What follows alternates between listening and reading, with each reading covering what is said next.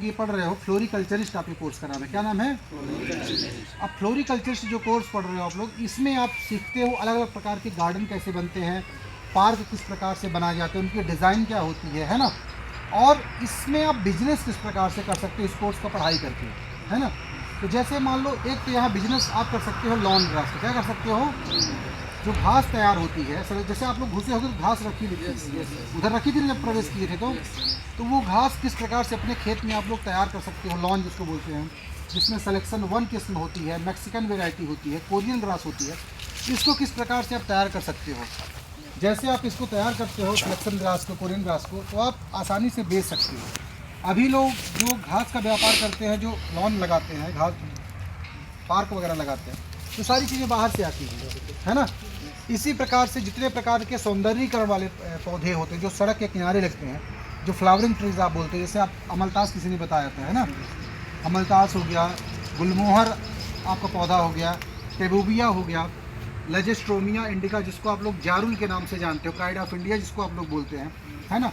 ये सारे जो पौधे आपके हैं, इनको भी आप बीज डाल करके इसके पौधे तैयार कर सकते हो। मनरेगा में या नगर पालिका वगैरह में जो प्लांटेशन होता है, यहाँ ये सारे पौधे आपके लगाए जाते हैं।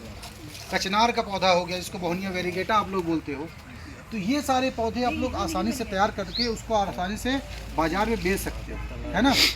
और जो बड़ी जैसे हमारी नर्सरियाँ हैं, आप अच्छे पौधे तैयार करके आप हमें बेच सकते हो, आपके पौधे हम खरीद लेंगे, लेकिन हमारे क्राइटेरिया है पौधे किस प्रकार के, किस हाइट के आपको तैयार करना है।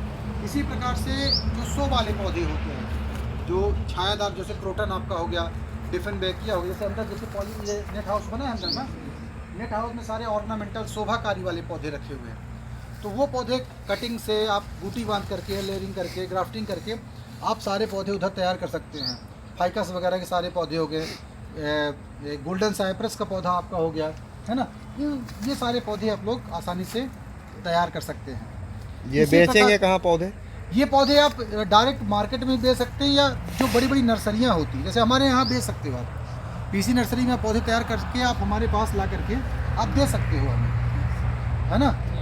फिर नेट हाउस वगैरह का काम आप सीख लो, नेट हाउस किस प्रकार से बनाए जाते हैं, उनको डेवलप कैसे करना है, तो इसमें भी मैकेनिक की आवश्यकता पड़ती है। किसी को नेट हाउस लगाना है, जैसे ड्रिप इरिगेशन, टपका बूंद बूंद सिंचाई का सिस्टम है, स्प्रिंकलर सिस्टम है, इसका मैकेनिकी आप सीख लो, इसका काम कैसे करते हैं, तो रोजगार के अनंत साधन हैं आपके पास।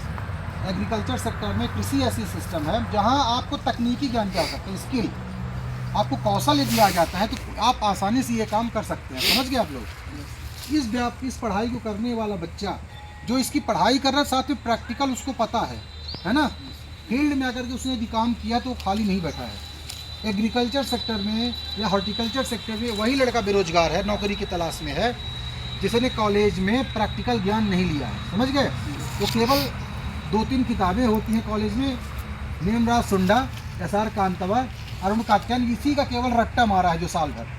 जो लड़का फर्स्ट ईयर से लेकर के 4th ईयर तक इस चारों किताबों की रट्टा मारा है जीवन भर, वही बेरोजगार बैठे हुए हैं। समझ गए। यदि उनको सरकारी नौकरी नहीं मिली तो किसी काम के नहीं रह जाते हैं। लेकिन फील्ड में आकर के यदि आप एग्रीकल्चर सीखते हो, या 11वीं 12वीं में आप लोग कोर्स जो पढ़ रहे हो, मैं तो कहता हूँ 11वीं 12वीं का ये कोर्स पढ़ के आपको अलग से पढ़ने की ज़रूरत भी नहीं है, यदि इसी सेक्टर में काम करना है। हाँ, 12वीं के बाद बड़ी बड़ी जो एग्रीकल्चर फर्म हैं या जो बड़ी कंपनियाँ हैं, वहाँ जाके प्रैक्टिकल वे में ये काम यदि आप करने लगते हो तो 2 साल में आप प्रॉपर एक्सपर्ट हो जाओगे, और पैसे की कमी आपके पास आप खुद की भी बाहर नौकरी भी कर सकते हो, अपना खुद का भी धंधा कर सकते हो। तो ये सारी चीज़ें आपके लिए बहुत ही फ़ायदेमंद रहेंगी। आई बात समझ में?